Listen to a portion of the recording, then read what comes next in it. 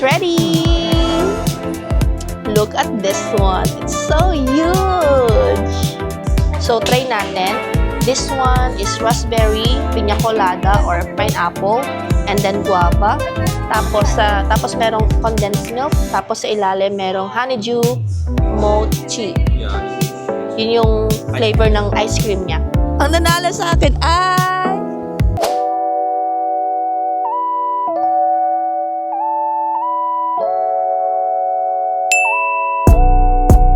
Hey guys, it's Iza. Welcome back to our channel. And first of all, Happy New Year!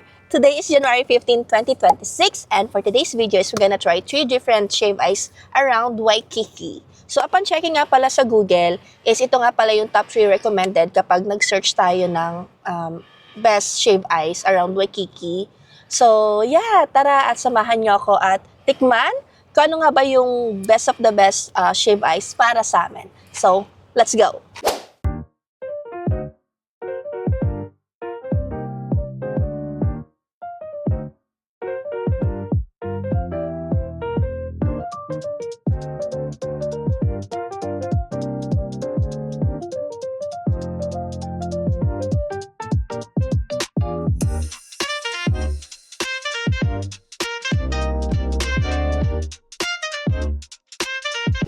Hey guys! So ngayon is pupunta na tayo sa first shave ice natin. Pero syempre, nag-park muna tayo. And dito nga pala tayo sa Royal Hawaiian Center nag-park. And then lagay ko na lang din dito yung address. So ngayon, kapag pagka-park mo ng car mo, edi may lalabas na ticket. Merong 2 kinds dito para makapagpa-validate ka. Una, kapag turista ka, is kailangan mong bumili dito sa mall mismo ha, sa Royal Hawaiian Center. Hindi pwedeng yung outside ka bibili. Tapos, make sure na hingin mo yung receipt din nila. Tapos, ibigay mo sa kanila yung parking ticket mo. Tapos, ma-validate nila. Good for 1 hour na yon. Pero, kapag local ka naman or kamainan na dito ka nakatira sa Hawaii, so, pwede ka dito mag-park. So, still $25. But this time, hingin mo yung resibo. Tapos, punta ka dito sa guest service dito. To. Ipapakita ko sa inyo. So, punta lang kayo dito sa guest services. Ipakita nyo lang yung resibo. Tapos, yung state ID ninyo. And also, yung resibo na rin na you spend $25. Tapos, yung store hours naman nila is they open 11 to 8 p.m. Paano siya makikita? Andito lang siya sa tapat lang ng center stage. Ayan. So, ito yung center stage. Tapos, ito naman yung guest services. So, madali lang siyang kitain. And andito na nga pala tayo sa ating first shave ice, ang Lahaina Shave Ice. So, ito yung itsura niya sa outside. Ito. And then, yung palatandaan nga pala niya is nandito tayo sa beach walk. Mamaya pakita ko sa inyo ng mas malapitan. Pero kapag nakita natin yung Hard Rock Cafe dito sa left side, diretso lang kayo dito sa papasok. And then, ito na yung Lahaina. So, ito nga pala yung kanilang menu. Ang dami nilang choices actually. Pero as na lang natin kung ano yung top seller nila. Tapos, kapag keiki it means pang kid size. Tapos, yung isa nilang size ay regular. So, tara at i-ask natin kung ano ba yung best seller nilang flavor. Look at this one. So huge! Guess what? It's only keiki size. Kumbaga, pang kid size. And sobrang laki. Happy New Year! Okay. So, ngayon nga pala, ang price nga pala nito, kapag keiki size, again, this is $7.25. Pero it comes with condensed milk tsaka ice cream. So, additional pa pala yun. Tapos, nagpa-add kami ng mochi. So, bale, ang binayaran namin ay how much? 11, almost 12. Almost $12 for this one. So, taste test!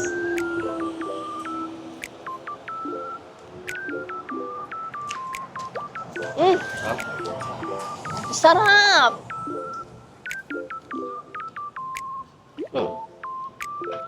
Mga siya. It's good. Spoon. Mabuti may spoon na agad oh. Anong trinay mo? This is the wine punch. Again, yung binili nga pala natin ay... That's a big bowl. I know! We're gonna share. I cannot finish by myself. Strawberry, pineapple, and Hawaiian punch. So which one is Hawaiian So punch? this one guys, ang flavor na binili natin, no. Ang binili natin ay tropical punch, tapos this one is, alin dito yung strawberry? I think this one is the strawberry. But anyway, yung flavors nga pala niya ay strawberry, pineapple, and Hawaiian punch. Tastes good. Then try natin yung mochi.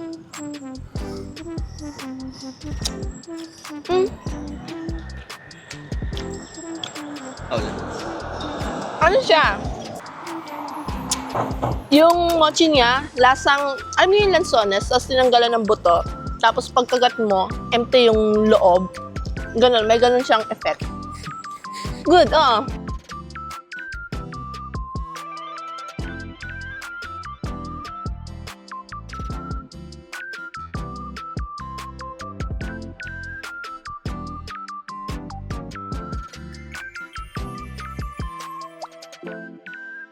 Andito naman tayo guys sa ating second location, ang Island Vintage Shave Ice. And yung location nga pala niya is literal na nasa labas lang ng Royal Hawaiian Center.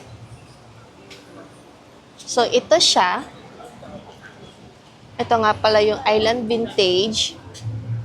Tapos, ito lang yung kabuuan ng Royal Hawaiian Center. Tapos, itong sa taas nga pala, Island Vintage din yan. Pero yan, more on mga pagkain, coffee, ganyan. Tapos, itong store na ito is specific lang para sa kanilang shave ice. Tapos, para mag-order is kanya-kanyang pagtatap dito ng order mo. Tapos, pili ka lang doon ng flavor na kanong gusto nyo. Then, alam nyo ba, sinuswerte tayo ngayon kasi walang pila. Most of the time, umaabot hanggang doon yung pila. Like, sobrang haba as in. So, ngayon nga pala guys, ay nagtanong kami kung ano yung bestseller nila and nagsuggest siya ng Heavenly Lilikoy or Tropical Island. But the thing kasi, every time na kumakain kami dito, lagi namin binibili is yung Heavenly Lilikoy. So, tatry natin ngayon yung Tropical Island. So, it comes with, yung flavor niya ay mango, pineapple, soft ice cream, and then popping boba. And then may kasama na nga pala siyang mochi unless kung gusto mong mag-add pa ng extra.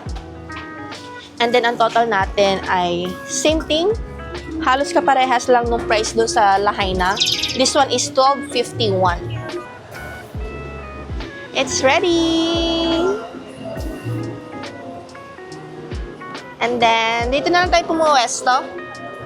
Kasi marami naman ditong maupuan. Taste test! Gaya nga na sabi ko kanina, puro yung Heavenly Lilikoy yung tinatry natin. So actually, this one, first time namin to itry.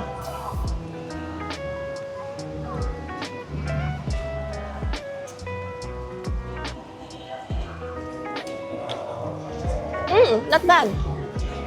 Tapos, yung ano niya, sobrang daming ano bang tawag dito? Hindi, ito. Itong flavor na to, anong tawag dito? Syrup. Tapos, sobrang daming syrup dito compared doon sa una nating tinaray. And, yung sa mochi naman nila, masarap din. Pero masarap din yung ano nila, popping boba. In fairness, masarap siya. Nasanay lang kasi kami dun sa isa namin kinakain na flavor. Pero, this one, it's actually good. And it comes with pineapple chunks nga pala. Masarap siya.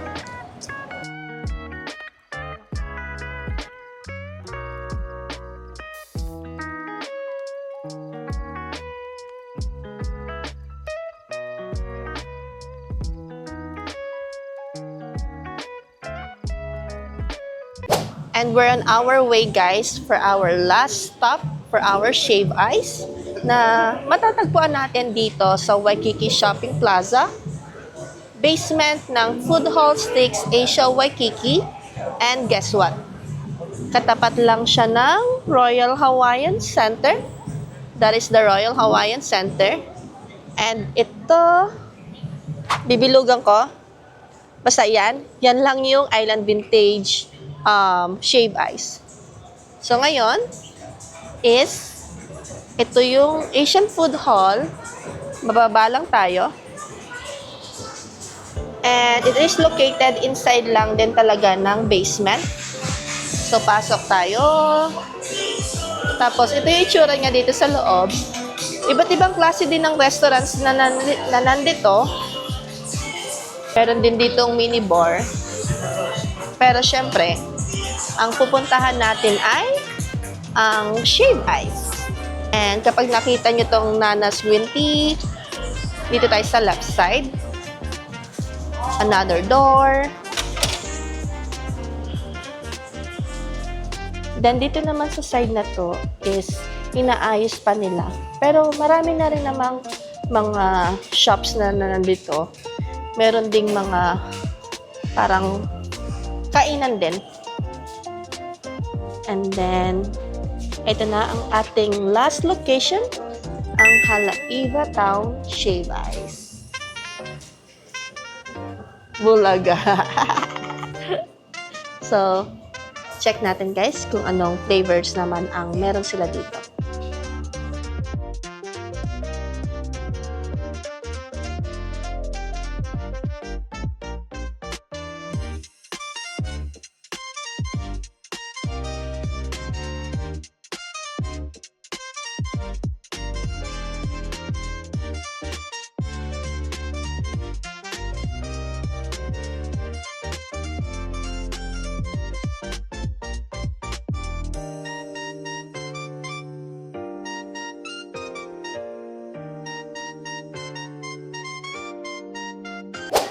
And this is the last shave ice that we're gonna try for today, guys. And this one, it only costs $8. Kasi naman, meron silang tatlong size. Tatlo ba? Dalawa lang pala. Isang kid size, saka isang adult. So, pinili lang natin is kid size. So, this one is only $8. Pero kasi, sa Island Vintage, isang one size lang siya. Kaya umabot yung presyo niya ng $12 something. Tapos yung sa Lahaina naman, meron ding keiki or kid size. Pero yun naman ay almost $12 naman din yun. So try natin. This one is raspberry, piña colada or pineapple, and then guava. Tapos merong condensed milk. Tapos sa ilalim merong honeydew mochi. Yeah. Yun yung flavor ng ice cream niya. So,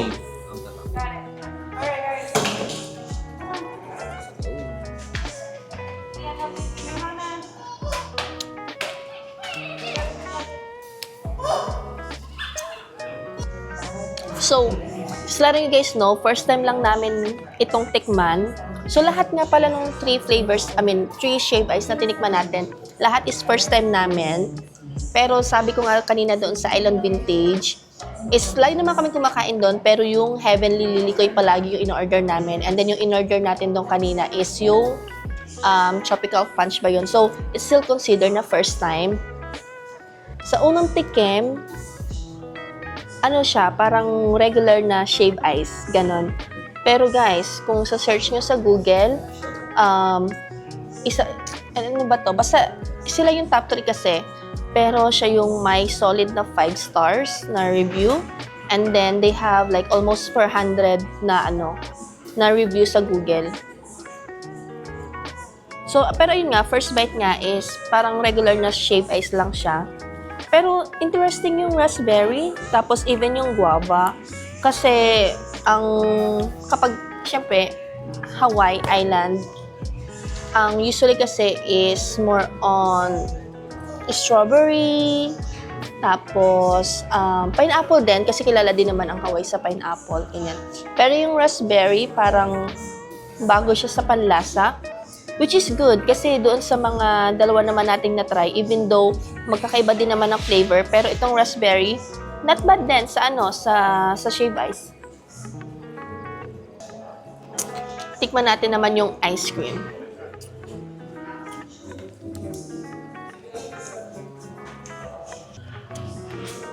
It's okay. So, mako-comment ko sa shave ice na to, bawat subo mo, iba't iba yung lasa. Parang hindi siya naging shave ice for me. Parang ang nangyari ay meron kang 4 na dessert. Like, gets ko yung ibig ko sabihin. Parang meron kang sarili, yun nga, like raspberry, pineapple, tapos guava, tapos yung ice cream. Unlike doon sa dalawang natikman natin, na although iba't ibang flavor siya, pero kapag sumubo ka, tasubo ulit, masasabi mo like, okay, shave ice siya. So, yun yung ano ko dito. Kasi kanina naman, kung napansin ninyo, wala nga pala ako masyadong comment about doon sa Island Vintage kasi masarap siya na parang pagkasubo mo. Siguro kasi nga sanay nga kaming kumain ng Island Vintage. So, parang gamay na namin yung flavor nila. I would say, ganon. Tapos, nagkataon pa nga yung mismong binili nating flavor is like, perfect combination sila. Pineapple and mango. Tapos, nag-overflow pa yung syrup nila. Tapos, sumabay pa yung mochi. Tapos, yung popping, ano ba tawag doon, babe? Popping boba. Popping boba. Tapos, yun din nga, yung sa lahaina naman is interesting din kasi cakey size lang siya pero sobrang taas naman, kita nyo naman kanina. And, ayun, masarap din yung mga flavors na napili natin na it comes with. Parang naging perfect combination siya na parang even though marami siyang 3 flavors siya, pero pag kinain mo, naging ano sila, naging isang shave ice. Like, gets nyo ba? Ganun. Pero ito, naging 4 na individual siyang ano. Parang 4 yung dessert na kinakain natin. Ganun. How about you? Anong comment mo dito? Ito, unang tingin ko pa lang. Wait lang. Ha? Yeah, unang tingin ko pa lang dito is actually, it's the opposite on what she said. Yung texture nga talaga nung shave ice na to, ito yung the best out of all the 3. Binibigyan mo na ba yung answer sa lahat? Hindi pa. Hindi pa? Hindi pa. Like, ano mo pa lang dito? Okay. Pero, yeah, ito yung texture nito, I think, among those 3, ito yung pinaka madaling tunawin sa bibig mo. Like, hindi mo maramdaman yung crunchiness or ng ice. It was pounded really good. Like, paglabas niya, talagang grabe yung pagka-shave ng, parang shave ng ice, ganun. Siguro, yung ice cream good. Tsaka nakaka-surprise yung blue raspberry. Hindi ako mahilig sa blue raspberry, ganyan, pero okay siya. Pagka-trinay mo. Siguro, I think overall nga is hindi lang siya yung perfect combination ng mga flavors na pinili namin. Pero we can definitely come back over here and then try something else. Overall, it's good. Overall is good. Hey guys, so ngayon ay bumalik lang tayo dito sa Royal Hawaiian Center since dito lang din naman tayo nag-park. So finally, tapos na tayo sa ating 3 shave ice. Sobrang busog na busog kami. And it's time para magbigay ng aming opinion. And syempre, ang sabihin kung alin ba yung nanaig sa aming mga tiyan. So, ano muna? Like, honest review muna. Unahin natin yung una sa lahaina. Like, ano lang tayo. Doon, nakaka-surprise kasi cakey size lang siya pero sobrang taas, ganyan. Tapos, masarap din naman yung flavors nila. Lalo na yung mochi nila, grabe, na-surprise ako doon. Medyo chunky siya, tapos pag nasa loob na siya ng bibig mo, bilang poop! Kasi empty yung sa loob, so nakaka-surprise siya. How about ikaw, doon sa first one? Yung una, okay lang. Like yung malaki, yung portion, which is good. I think okay yung may 3 flavors kasi yung pinili namin. So may 2 flavor na okay nung tinikman namin. Kaya lang may isang flavor doon na parang hindi ako nasarapan. Para iba yung lasa niya. Tapos, yung ba yung medyo matigas yung mochi? Oo, yun. Yun? Matigas yung mochi? Yeah, so yung mochi niya medyo okay, pero medyo may katigasan. So, parang overall, okay lang. Yeah. Okay, sa kanya okay lang. Tapos hindi nga masyadong bet yung mochi. Pero sa akin, na-surprise ako doon. And then, price-wise, medyo nagka-misunderstanding kami. Kasi akala namin, 750 na yung binili namin. Tapos, yun pala, 750 is yung size pa lang. Pero since ano na kasi siya, parang naka-fix yung flavor nga niya.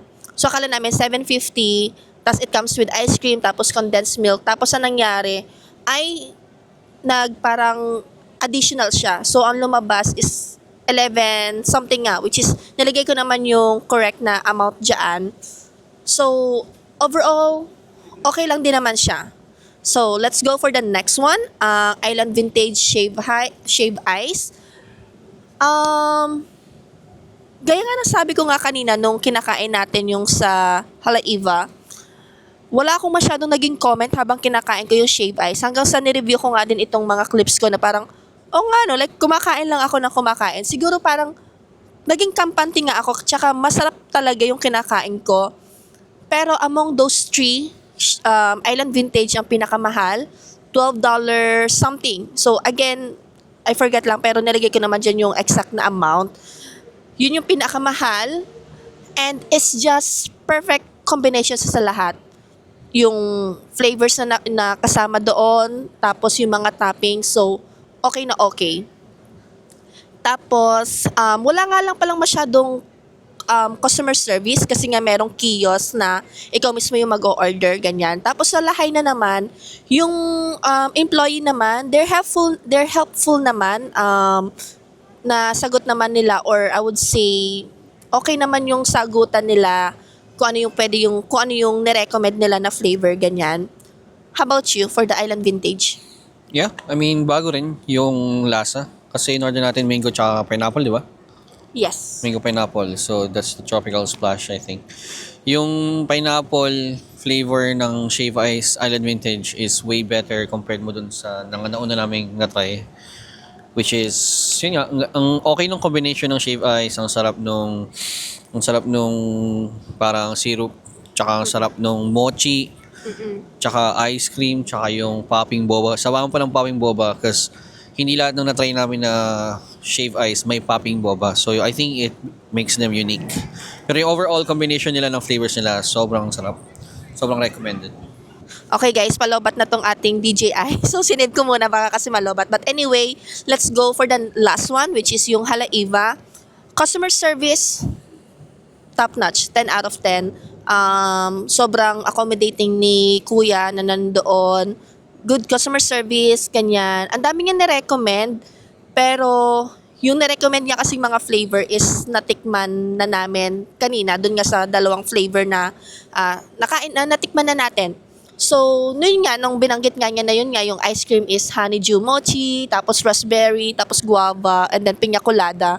Nag-go na kami doon kasi yung raspberry flavor kasi hindi siya common na flavor sa Shave Ice. Kaya nga sabi nga niya, it's up to us kung gusto naming itry. Pero yun nga, nung sinabi nga niya is for him, yun yung perfect combination. Ganyan. So, nag-Gora Belts kami, ganyan. Tapos yun nga, maliit lang siya kasi cake side. Kid size, perfect siya I think perfect siya kapag mag-share lang din naman kayo. Especially kung hindi din kayo sigurado pa sa flavor. Mas okay na maliit lang muna yung bibilhin ninyo. Siyempre, price-wise, pinakamura sa tatlo, it only costs $8. Nakalimutan lang nga pala namin magpa-add ng mochi on the side kasi nung naalala na namin, ang haba na ng pila, so ayaw naman naming sumingit para kung pwede bang magpa-add. Pero kahit wala naman, kasi it's just happen, yung ice cream, yung honeydew, it comes with mochi, so okay din. Pero yung tiny bites lang naman. Okay, tapos, na-explain naman namin, I think sa tatlong video namin, doon ako maraming nasabi about sa Halaiva. So now, ang para sa amin lang to kasi syempre iba-iba naman tayo. Hindi na namin dito include yung price, hindi na namin include dito yung customer service. Talagang magbabatay lang tayo sa lasa, as in sa